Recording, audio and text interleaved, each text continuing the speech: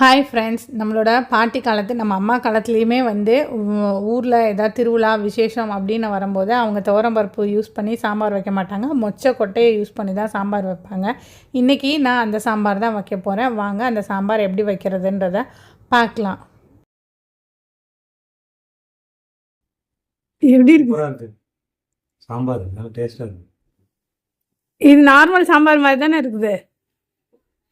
நான் எங்கள் வீட்டில் எப்படி சாம்பார் வைப்பனோ அதே மாதிரி தான் வச்சு காட்ட போகிறேன். இது வந்து துவரம்பருப்பு இல்லாமல் மொச்சை யூஸ் பண்ணி செய்கிறது. மொச்சையை பருப்பை எடுத்துகிட்டு தண்ணியில் நைட்டு ஊற போட்டிங்கன்னா காலையில் இப்படி பிதுக்கி எடுத்தோன்னா பருப்பு மட்டும் வந்துடும். தோலை நீக்கிட்டு இந்த பருப்பை வச்சு தான் நம்ம சாம்பார் வைக்க போகிறோம். கர்நாடகா சைடில் இந்த மொச்சை சீசன் முடிகிற வரைக்கும் அவங்க துவரம்பருப்பை யூஸ் பண்ண மாட்டாங்க சாம்பாருக்கு. இந்த மொச்சை பருப்பை யூஸ் பண்ணி தான் அவங்க சாம்பாரே வைப்பாங்க.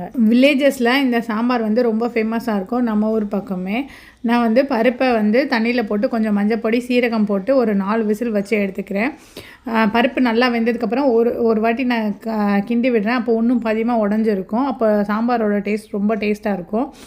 இதுக்கெல்லாம் காய்கறிகள் நம்மளுக்கு என்னென்ன காய்கறிகள் தேவையோ அதை சேர்த்துக்கலாம். நான் தக்காளி, கேரட், கத்திரிக்காய், பீன்ஸு, முருங்கைக்காய் சேர்த்துட்டு கொஞ்சமாக காய்கறிக்கு தேவையான அளவு உப்பு, மிளகாய் பொடி, வெறும் மிளகாய் பொடி போட்டு குக்கரை மூடி ஒரு விசில் வச்சு எடுத்துக்கிறேன். அப்போ காய் வந்து நல்லா வெந்து வந்துடும். நம்ம வீடுகளில் எப்படி சாம்பார் வைக்கிறோமோ அதே ப்ரொசீஜர் தான்.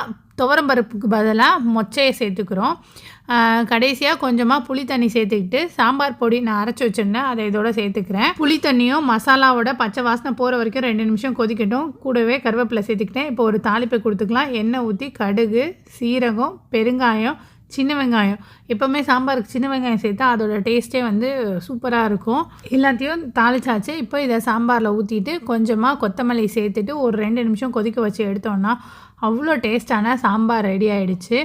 பிதுக்கு பருப்பு சாம்பார். ஃப்ரெஷ் மொச்சை இல்லை, காஞ்ச மொச்சை கொட்டையும் ஊற வச்சு தோல் எடுத்து இதே மாதிரி செய்யலாம். உங்களுக்கு இந்த பிதுக்கு பருப்பு சாம்பார் பிடிச்சிருந்துச்சுன்னா வீடியோக்கு லைக் பண்ணுங்கள், சேனலுக்கு சப்ஸ்கிரைப் பண்ணிக்கோங்க. தேங்க்ஸ் ஃபார் வாட்சிங்.